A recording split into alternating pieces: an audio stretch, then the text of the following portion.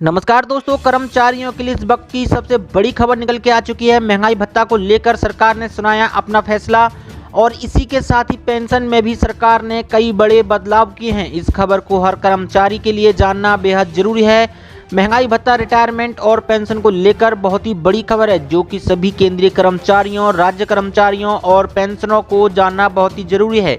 सभी कर्मचारी इस खबर को ध्यान से देखें। इस वीडियो में सभी बड़ी खबरें हैं जिन्हें आप विस्तार से जानेंगे, तो सभी खबरों को पूरा देखें। तो जान लेते हैं आज की पहली बड़ी खबर। जी हां, मोदी सरकार ने पिछले साल देश में लॉकडाउन लगाने की घोषणा के कुछ ही दिन बाद सरकार ने सरकारी कर्मचारियों को साल में 2 बार मिलने वाले महंगाई भत्ते को स्थगित कर दिया था। इससे कर्मचारियों को भारी नुकसान उठाना पड़ रहा है। रिपोर्ट के मुताबिक अब सरकारी कर्मचारियों को राहत मिलने वाली है। कहा जा रहा है कि मोदी सरकार महंगाई भत्ते में कम से कम 4% की बढ़ोतरी करने वाली है। दरअसल मोदी सरकार ने all India consumer price index की घोषणा कर दी है। इस इंडेक्स से महंगाई भत्ते की दर तय होती है।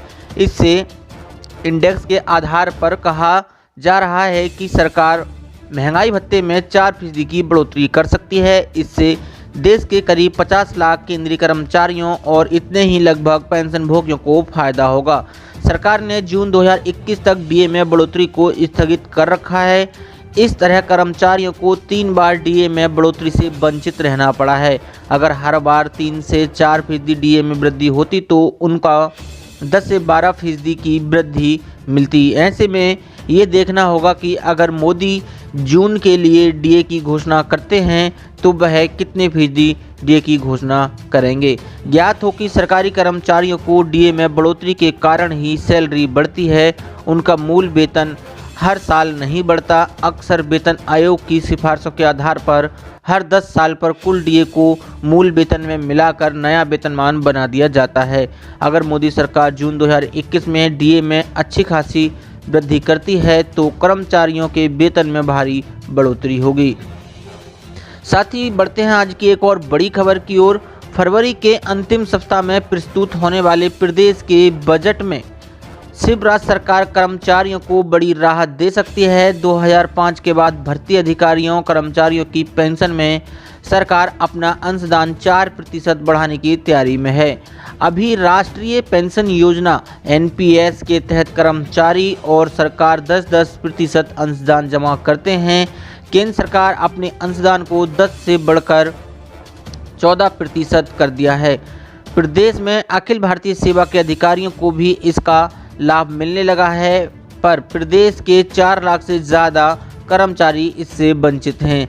वे लंबे समय से इसकी मांग भी कर रहे हैं। सरकार ने अब अंशदान बढ़ाने को लेकर सकारात्मक रुख दिखाया है और इसकी घोषणा बजट में की जा सकती है। इससे सरकार के खजाने पर करीब 550 करोड़ रुपए का अतिरिक्त भार आने की संभावना है। जानकारी के अनुसार 2005 के बाद भर्ती अधिकारियों कर्मचारियों के लिए अंशदायी पेंशन योजना लागू है। इसके तहत जितना अंशदान कर्मचारी जमा करते हैं उतना ही राशि राज्य व केंद्र सरकार भी मिलाती है। केंद्र सरकार ने अपने कर्मचारियों के लिए 1 अप्रैल 2019 से अंशदान 10 से बढ़ाकर 14% कर दिया है। राज्य सरकार ने 20 मार्च 2020 से यह प्राविधान मध्य प्रदेश में कार्यरत अखिल भारतीय सेवा के अधिकारियों के लिए लागू कर दिया है, लेकिन इसका लाभ प्रदेश के कर्मचारियों को नहीं दिया गया है। अब इसकी मांग मंत्रालय, कर्मचारी संघ से लेकर अन्य कर्मचारी संगठन लगातार कर रहे हैं, लेकिन वित्तीय स्थिति का हवाला देते हुए इसे लगातार टाला जाता रहा है। वित्त विभाग में सरकार से सकारात्मक संकेत मिलने के बाद प्रक्रिया शुरू हो गई है। अधिकारियों का कहना है कि बजट में सरकार 4% अंशदान बढ़ाने की घोषणा कर सकती है। इसके दायरे में लगभग 4 लाख कर्मचारी आएंगे। इस प्राविधान के लागू होने पर सरकार के ऊपर लगभग 550 करोड़ रुपए का सालाना अतिरिक्त वित्तीय भार आएगा। साथ ही बढ़ते हैं आज की एक और बड़ी खबर की ओर। जी हां, केंद्रीय कर्मचारियों को अपने महंगाई भत्ते की घोषणा का इंतजार काफी लंबे समय से है और उनके इंतजार की घड़ियां समाप्त होने वाली हैं। सरकार ने कोरोना महामारी के दौरान ये घोषणा कर दी थी कि जून 2021 तक केंद्रीय कर्मचारियों को महंगाई भत्ता नहीं मिलेगा। लेकिन अब सूचना आ गई है, जल्दी ही सरकार केंद्रीय कर्मचारियों के लिए महंगाई भत्ते की घोषणा करने वाली है। हाँ, यह बात अलग है कि उनके सैलरी में यह महंगाई भत्ता जून के बाद ही जुड़ेगा। खुशखबरी यह है कि केंद्रीय कर्मचारियों के डीए में अगर 4% की वृद्धि होती है तो 7वें वेतन आयोग के अनुसार उनके ट्रैवल अलाउंस में भी वृद्धि होगी। यानी कि अगर 4% महंगाई भत्ता बढ़ता है तो 4% ट्रैवल अलाउंस भी बढ़ेगा। अभी केंद्रीय कर्मचारियों का महंगाई भत्ता 17% है। अगर 4% वृद्धि की घोषणा होती है तो महंगाई भत्ता 21% हो जाएगा और 4% ट्रैवल अलाउंस भी बढ़ जाएगा। यानी कि ऐसे अगर कहें कि महंगाई भत्ता 25% हो जाएगा तो कर्मचारियों की सैलरी में बम्पर बढ़ोतरी होगी। केंद्रीय कर्मचारियों को अपने महंगाई भत्ते की घोषणा से जुड़ी हर खबर को देखने के लिए हमारे चैनल को सब्सक्राइब करें और बने रहें। और हमारे चैनल पर हमेशा ऐसी वीडियो आती रहती हैं, तो हमारे चैनल को सब्सक्राइब करें और इस वीडियो को लाइक और शेयर भी जरूर करें। पिछले साल से डीए बढ़ोतरी पर सरकार ने रोक लगा रखी है। कोरोना महामारी के दौरान केंद्र सरकार ने अपने कर्मचारियों के महंगाई भत्ते की वृद्धि को रोक दिया है। इससे कर्मचारियों की महंगाई भत्ते को 2 किस्त का नुकसान हुआ है। अगर उन्हें 2% की भी वृद्धि दी जाती तो उन्हें न्यूनतम 4% का नुकसान हुआ है। सरकारी कर्मचारियों के लिए एक और बड़ी खबर है, जिनमें लाखों पेंशन भोगियों को राहत मिलेगी। केंद्र सरकार ने नई सुविधा का ऐलान किया है। जी हां, पेंशन भोगियों के लिए अच्छी खबर है। केंद्र सरकार ने इन्हें आज एक नई सुविधा दी है। आम बजट में इसकी घोषणा कर दी गई थी। अब केवल पेंशन आय वाले 75 वर्ष से अधिक आयु के वरिष्ठ नागरिकों को अब आयकर रिटर्न दाखिल करने से छूट दी जाएगी। उन्हें आय का भुगतान करने वाले बैंक अपने बैंक खाते से आवश्यक कर काट लेंगे। यह बजट 2018 के बाद फैसला आया है, जब वरिष्ठ नागरिकों को अधिक कर लाभ प्रदान करने के लिए कर कानून में बदलाव की घोषणा की गई थी। इनमें कर लाभ शामिल थे, जैसे कि आयकर अधिनियम 1961 में एक नया खंड 80 टीवी की शुरुआत, स्वास्थ्य बीमा कवरेज न होने की स्थिति में चिकित्सा व्यय में कटौती आदि थी। वित्त मंत्री निर्मला सीतारमण ने सोमवार को कहा कि धारा टीटीवी के तहत वरिष्ठ नागरिकों को बैंकों और डाकघरों से प्राप्त होने वाली 50,000 रुपये तक की आय पर कटौती का दावा कर सकते हैं, जिससे वरिष्ठ नागरिकों के लिए इस प्रकार की ब्याज आय प्रभावी रूप से 50,000 रुपये तक की कर मुक्त हो सकती है।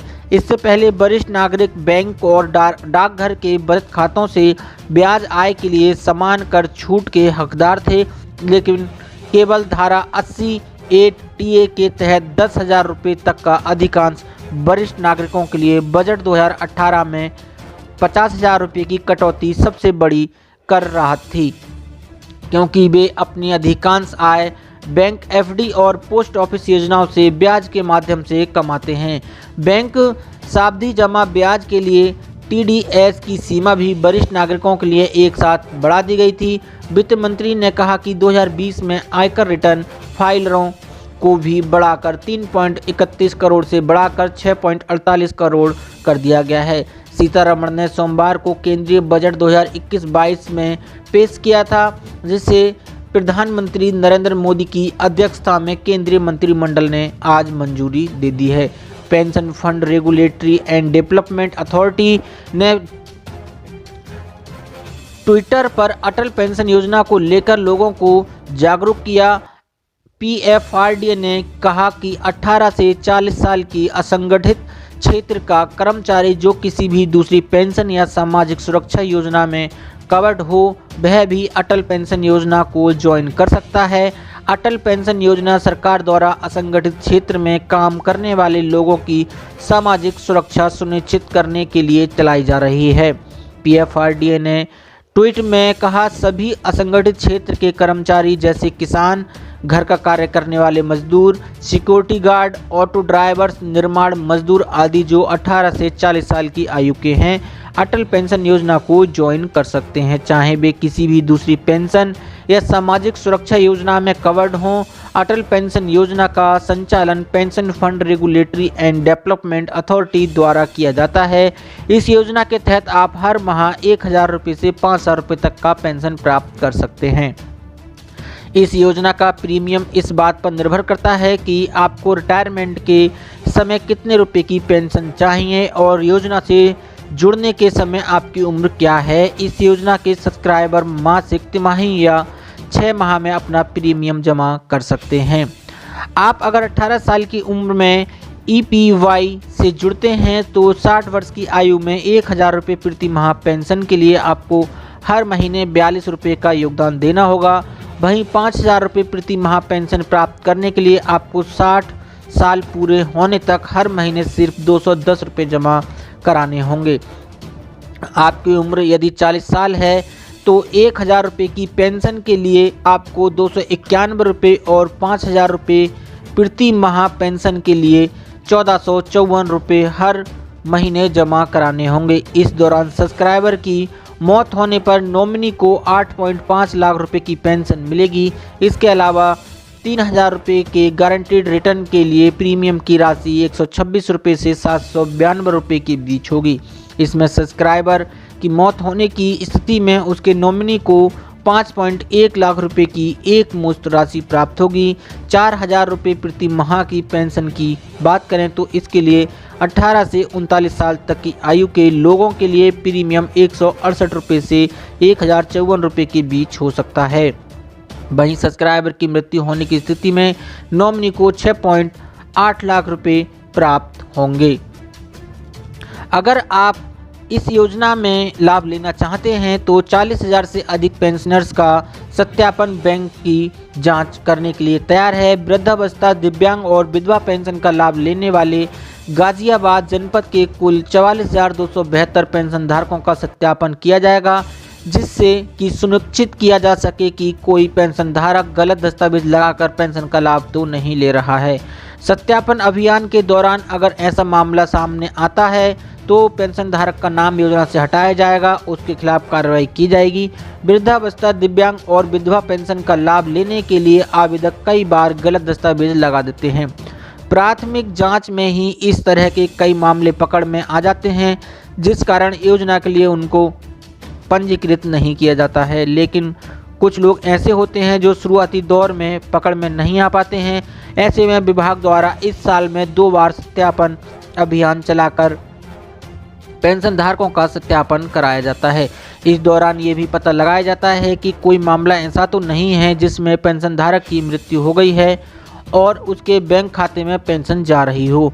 कई बार पेंशन धारक की मृत्यु के बाद उनके स्वजन इसकी जानकारी विभाग को नहीं देते हैं, इसलिए विभाग के कर्मचारी अब घर घर जाकर पेंशन धारकों का सत्यापन करेंगे। उनके आसपास के लोगों से भी जानकारी प्राप्त की जा सकती है।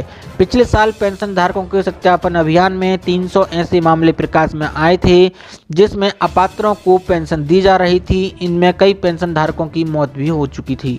विभाग ने कार्रवाई करते हुए खाताओं में भेजी गई पेंशन की राशि वापस ले ली थी। जिला प्रोबेशन अधिकारी विकास चंद्र का कहना है कि जनपद में पेंशन का लाभ ले रहे सभी लाभार्थियों का सत्यापन कराने के लिए अभियान चलाया जाएगा। एक एक पेंशन धारक के घर जाकर विभाग के कर्मचारी सत्यापन करेंगे। सुप्रीम कोर्ट ने पेंशन अध्यादेश पर यूपी सरकार को जारी कर दिया है नोटिस। जी हां, पेंशन कोर्ट ने उत्तर प्रदेश के पेंशन अध्यादेश 2020 को चुनौती देने वाली याचिका पर राज्य सरकार को नोटिस जारी कर जवाब मांगा है। कोर्ट ने अध्यादेश पर अंतरिम रोक लगाने की मांग पर नोटिस जारी किया है। वर्ग 4 सेवा से स्थायी हुए 12 कर्मचारियों ने अध्यादेश को सुप्रीम कोर्ट में चुनौती दी है। याचिका में अध्यादेश निरस्त करने की मांग भी की गई है।